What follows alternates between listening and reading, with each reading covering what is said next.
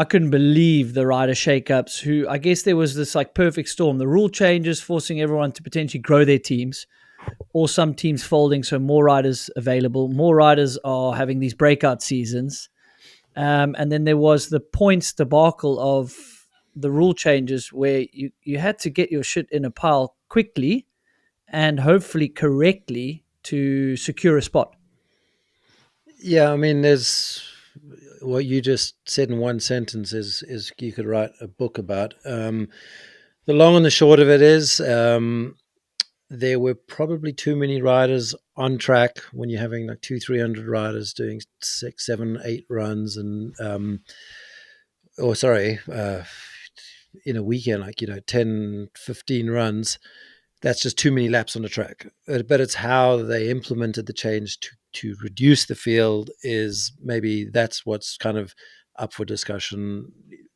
People for it and against it. So it's not.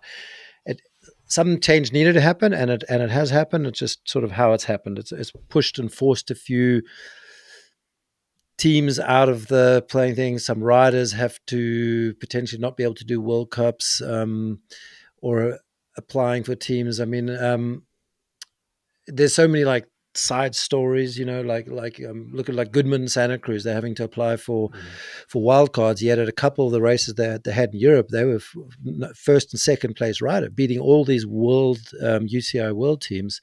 Yet they have to rely on a wild card, which means they can't secure proper sponsorship because they can't guarantee all the entries. So there's a lot of riders that are definitely of the caliber that should be guaranteed entries. But that aside, what I guess starting off where we should start off, like usually we have these long, boring off seasons and we're complaining like, oh, we only race for 4 or 5 months. This year is going to be quite different already. We've probably had, if you took the 2 or 3 Aussie races, and then the 3 or 4 New Zealand races, including the Crankworks, and then there's the hard lines, and then all the national series, which there were a ton of international riders, and now all the Portuguese races, the French, the test event, and like there's the national races, the test events, the IXS 1 and 2, and now in Fort William.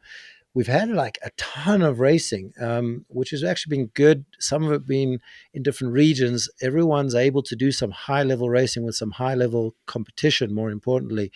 And the teams have had, different opportunities to test out the new structures, some of them the new equipment, some of them completely new sponsors, new trucks.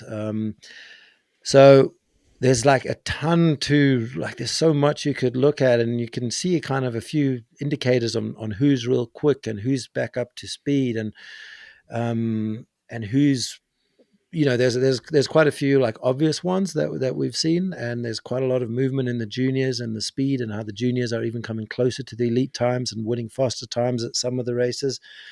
So yeah, the off-season races, definitely a couple of bigger races worth talking about. And then as for the future season, we've always complained about 6 and 7 rounds, and I think 10 is at a good number. And I think it would be hard to push for any more, if everyone's looked, and Alan will probably know this, especially.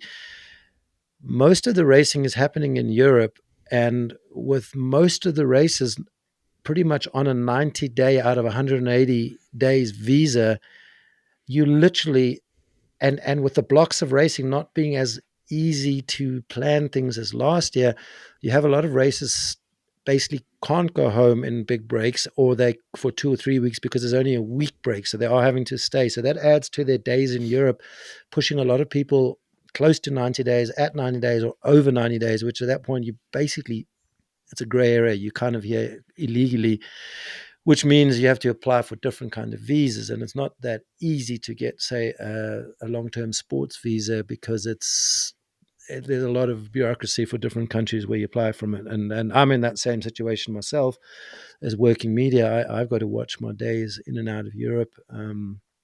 So yeah, so I think 10's an awesome number that we've all been hoping and wanting and waiting for. And I've always said if we get up to 10, it would be good to have one throwaway event, but that's not happening right now, but that would be an additional help with the amount of injuries these guys are exposed to year round.